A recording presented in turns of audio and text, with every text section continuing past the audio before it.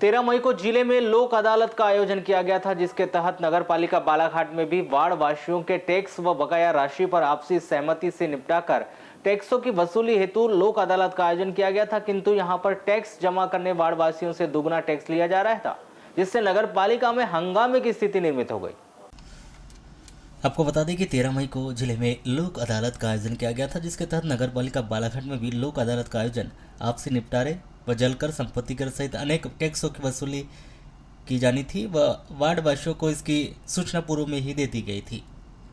जिन पर जितना टैक्स बन रहा था उतने की रसीद भी उन्हें 7 दिन पहले ही नगर पालिका के द्वारा उनके घरों तक पहुंचा दी गई थी। किंतु शनिवार को जब लोक अदालत में पहुंचे वार्ड वासियों के द्वारा अपने टैक्स की पर्ची नगर पालिका में दी गई, तो वहीं संपत्ति कर देने आए वार्ड वासियों को दोगुनी राशि जमा करने के लिए कहा जाने लगा, जिसको लेकर संपत्ति कर जमा करने आए वार्ड वासियों के द्वारा नगर पालिका में हंगामा मचा दिया गया और कहा गया कि जब उन्हें जितनी राशि की नोटिस भेजी गई है वह उतनी ही राशि पटाएं, अन्यथा इस प्रकार से दुगनी राशि ली जाएगी तो वह राशि नहीं दे पाएंगे।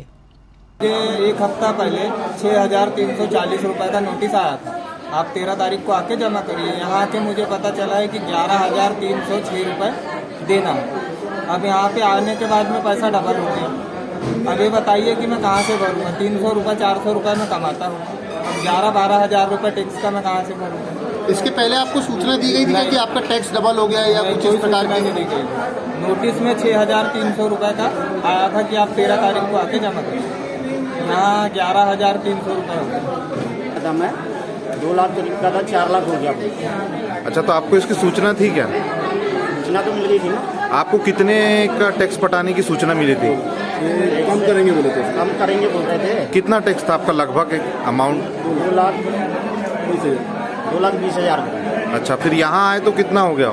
ज़्यादा बता रहे हैं। नगर परिषद के नेता प्रतिपक्ष कारो योगराज लीलारे बताते हैं कि आज नगर पालिका में जो लोक अदालत लगाई गई, उसका मुख्य उद्देश्य है कि जो लोग टैक्स नहीं पटा पा रहे हैं उन्हें टैक्स पटाने में कुछ रियायत दी जाए, ताकि लोग इस रियायत का फायदा उठाते हुए अधिक से अधिक लोग अपना टैक्स नगर पालिका में जमा कर सके। किंतु उनके वार्ड नंबर 2 के लोग जब यहाँ संपत्ति कर जमा करने पहुंचे तो उनसे दिए गए नोटिस में राशि में दुगना टैक्स मांगा जा रहा है, जबकि यह लोक अदालत है तो यहाँ पर रियायत देना चाहिए था, पर यहाँ पर दोगुना टैक्स लिया जा रहा है और जनता को लूटा जा रहा है। आज जो सरकार है वह लोगों को दुगना पैसा लेकर लूटने का काम कर रही। यदि टैक्सों में किसी प्रकार की वृद्धि की गई थी तो उसकी आम जनता को पहले ही सूचना दी जानी चाहिए थी, ताकि वह उतना पैसा देकर टैक्स जमा करने नगर पालिका में पहुंचे।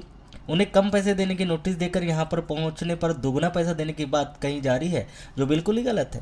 ये मामला भैया, ये लोक अदालत इसलिए लगाई जाती है कि इसमें जो टैक्स पटाते हैं उसमें रियायत दी जाती है आम जनता को, ताकि लोग रियायत के आधार पर ज़्यादा से ज़्यादा यहाँ पर टैक्स पे करें। मेरे वार्ड नंबर 2 के 2 लोग आए जिनको एक सुंदरबाई गोखले को 6,000 रुपये की नोटिस डिमांड दी गई थी, उससे आज 11,000 रुपये लिया जा रहा है। एक भोलीराम चौधरी है जिनको 7,354 रुपये की डिमांड दी गई थी और 15,790 रुपये उससे लिया गया है।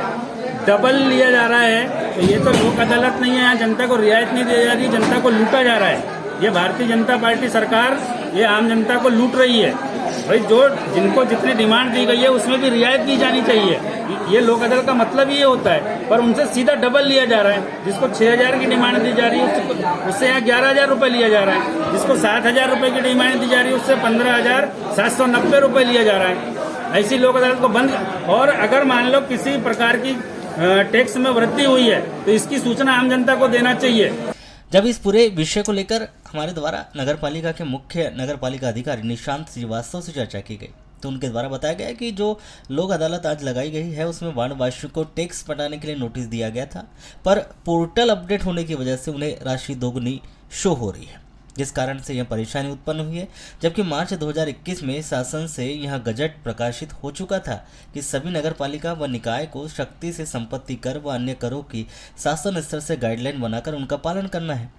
किंतु बालाघाट नगर पालिका में यह नहीं हो पाने के कारण यहाँ पिछले 2 सालों से पुराने रेटों पर ही संपत्ति कर की वसूली कर रहे हैं, जबकि शासन की गाइडलाइन यहाँ थी कि 1 अप्रैल 2022 से नया टैक्स लेना शुरू कर दिया जाना चाहिए था, और शासन के द्वारा 2 साल से पोर्टल को अपडेट नहीं किया गया था, जिसका कारण बहुत सारी निकायों की स्थानीय समस्या होने के कारण यह कार्य नहीं हो पाया था। उसके बाद यहाँ कुछ दिन पहले ही उसको अपडेट करा दिया गया है और उन्हें यह जानकारी अभी 2 दिन पहले ही लगी है।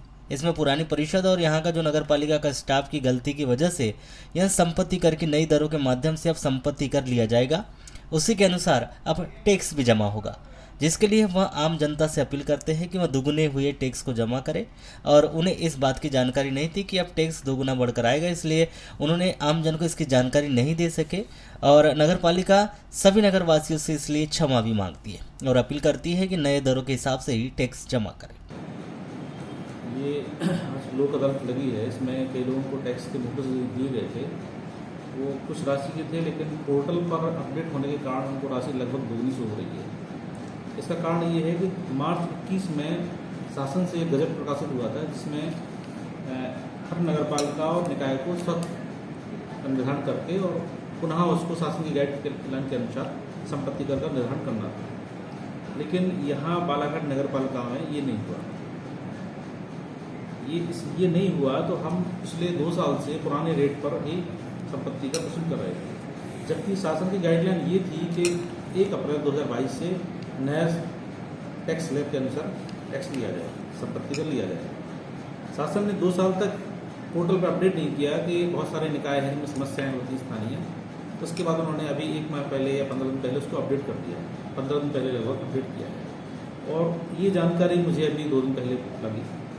तो ये पुरानी परिषद और जो भी यहाँ का स्टाफ रहा है उनकी थोड़ी सी मिस्टेक है। और शासन स्तर पर मैंने बात की है तो बोले हमें ये नगर पालिका स्तर पर स्वतः का निर्धारण करके नया टैक्स स्लैब जो पोर्टल पर शो हो रहा है उसी के अनुसार टैक्स लेना है। तो मैं